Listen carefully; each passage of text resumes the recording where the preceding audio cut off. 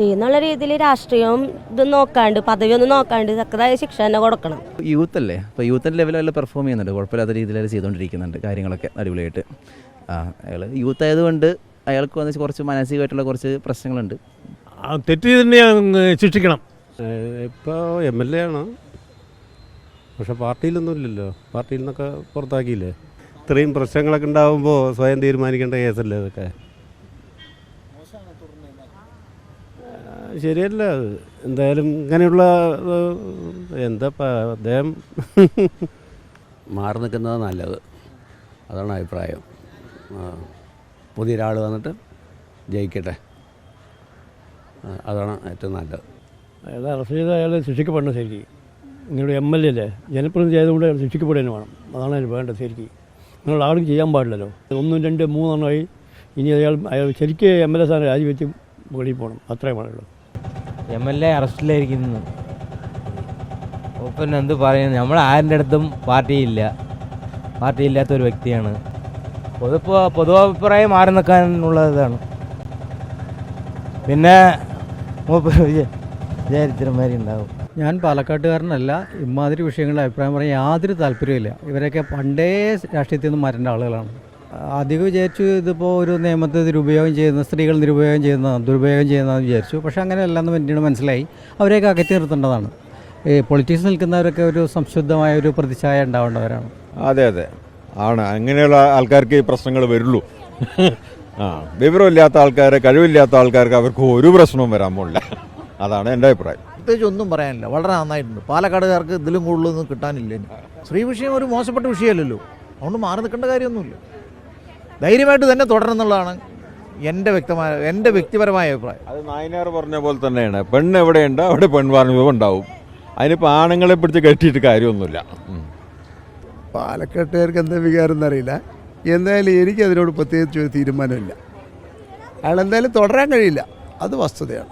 മിക്കവാറും അടുത്ത് തന്നെ രാജി സമർപ്പിക്കും, പുതിയൊരു കാൻഡിഡേറ്റ് വരുമെന്ന് വിചാരിക്കണം. ശബരിമല ഇഷ്യൂ ഉണ്ട്, അതായിരിക്കും കൂടുതൽ സജീവമാകുക. രാഹുൽ മാങ്കൂട്ടം വലിയൊരു വിഷയമായിട്ട് വരാനുള്ള സാധ്യത കുറവാണ്. പാലക്കാടുണ്ടാവും ഇഷ്യൂ. അതിനോട് യോജിപ്പില്ല.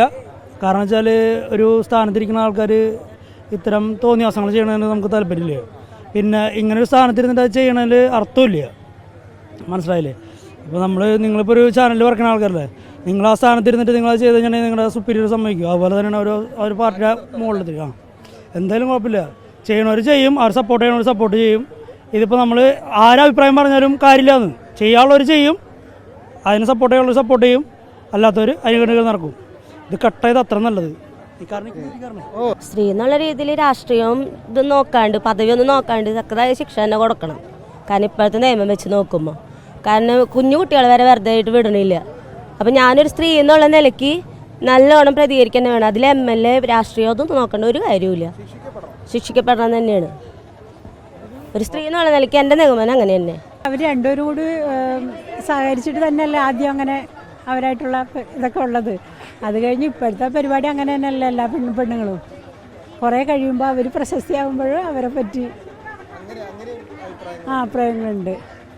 ഇപ്പം എല്ലാം പെണ്ണും അവർ രണ്ടുപേരും കൂടി സ്നേഹിച്ചിട്ടാണല്ലോ ആദ്യം രണ്ടുപേരും കൂടി കഴിഞ്ഞത്. പിന്നെ കുറേ കഴിയുമ്പോൾ ഇങ്ങനെയൊക്കെ തന്നെയാണ് എല്ലാം. നടപടി സ്വീകരിച്ച് നല്ല ശിക്ഷ മേടിച്ച് വാങ്ങിക്കൊടുക്കണം, അതാണല്ലോ വേണ്ടത്. ഒക്കെ വെറും ഫേക്ക് ന്യൂസ് അല്ലേ. ഇത്തരം സംഭവങ്ങൾ ശരിയല്ല, പക്ഷേ പീഡനം അത് ശരിയാണോ എന്നുള്ളതും കൂടി ഒന്ന് നമ്മൾ പരിശോധിക്കണം. തെറ്റ് തന്നെ ശിക്ഷിക്കണം. രണ്ട് കേസിലെ ശിക്ഷിച്ചിട്ടില്ല. മൂന്നാമത്തെ കേസിൽ അവനെ കുടുക്കിയതാണ് ഗവൺമെൻറ്. ആ പെണ്ണ് പറഞ്ഞതൊക്കെ കുട്ടി ജനിക്കണം എന്ന് വേണ്ടിയിട്ടാണ് അത്ര അവളെ സമീപിച്ചിരിക്കുന്നത്. അതൊരു ഏതൊരാണും അങ്ങനെ ചെയ്യാത്തതാണ്. എന്തായാലും എൻട്രൻസും അറിയില്ല, കൂടുതലൊന്നും അറിയില്ല. ഇനിയിപ്പോൾ അയാൾ പുറത്ത് വന്നാലേ ഇതിനെപ്പറ്റി പറയാൻ പറ്റുള്ളൂ, അല്ലെങ്കിൽ കോടതിയിൽ കേസ് വരണം, അപ്പോഴേ അറിയുള്ളൂ. അവനങ്ങനെ ചെയ്യുന്നവനല്ല എന്നാണ് തോന്നൽ. നൈസ്, കൊള്ളാം. അയാളൊരു യൂത്ത് അല്ലേ, അപ്പോൾ യൂത്തിൻ്റെ ലെവലിൽ പെർഫോം ചെയ്യുന്നുണ്ട്, കുഴപ്പമില്ലാത്ത രീതിയിൽ ചെയ്തുകൊണ്ടിരിക്കുന്നുണ്ട്, കാര്യങ്ങളൊക്കെ അടിപൊളിയായിട്ട്. അയാൾ യൂത്ത് ആയതുകൊണ്ട് അയാൾക്ക് വന്ന് കുറച്ച് മാനസികമായിട്ടുള്ള കുറച്ച് പ്രശ്നങ്ങളുണ്ട്. മാനസികമായിട്ടുള്ള പ്രശ്നമുണ്ട് അയാൾക്ക്. പീഡന പരാതിയിലാണ് അറസ്റ്റിലായിട്ടുള്ളത്. ഫസ്റ്റ് ഓഫ് ഓൾ ഒന്നാമത്തെ കാര്യം എന്ന് വെച്ചാൽ എൻ്റെ അഭിപ്രായം എന്ന് വെച്ചാൽ അയാളുടെ പേഴ്സണൽ ലൈഫാണ് അത്. പേഴ്സണൽ ലൈഫിൽ അയാൾ ചെയ്യുന്ന കാര്യങ്ങൾ അയാളെ പബ്ലിക്കിലേക്ക് നമ്മൾ ഡിസ്കസ് ചെയ്യുന്നതുകൊണ്ട് എനിക്ക് വലിയ താല്പര്യമില്ല. അയാളൊരു പ്രൊഫഷണൽ, അയാളുടെ ഒരു പൊളിറ്റിക്കൽ ലൈഫ് എന്നുള്ള ലെവലിൽ അയാൾ നല്ലപോലെ ചെയ്യുന്നുണ്ട്, നല്ലപോലെ സംസാരിക്കുന്നുണ്ട്. അയാളുടെ പണ്ടത്തെ കുറേ കാര്യങ്ങളും പണ്ട് അയാൾ കോളേജിൽ പഠിച്ച കാര്യങ്ങളൊക്കെയാണ് അയാൾ ചെയ്തുകൊണ്ടിരുന്നത്. സോ അത് വെച്ച് വീണ്ടും അളക്കുന്നതിനോട് എനിക്ക് വലിയ താല്പര്യമില്ല, വലിയ യോജിപ്പില്ല. അയാൾ പക്ഷേ ഈ ചെയ്തോണ്ടിരിക്കും, അയാൾ MLA ആയിട്ട് ഇരിക്കുന്ന സമയത്താണ് ഇതൊക്കെ ചെയ്തിട്ടുണ്ടെങ്കിൽ തെറ്റാണ്. പക്ഷെ അത് മുമ്പ് കഴിഞ്ഞു പോയ കാര്യങ്ങളാണ്. അപ്പോൾ എല്ലാവർക്കും തെറ്റുകളില്ലേ, അയാൾക്കും തെറ്റ് സംഭവിച്ചു, അയാൾ അംഗീകരിച്ചതുമാണ്, മീൻസ് അംഗീകരിച്ചു കൊടുത്തതാണ്. വീണ്ടും നമ്മൾ അതിനെപ്പറ്റി കുത്തിക്കൊണ്ട് സംസാരിക്കുന്നതിനോടും എനിക്ക് താല്പര്യമില്ല. അത്രേ ഉള്ളൂ.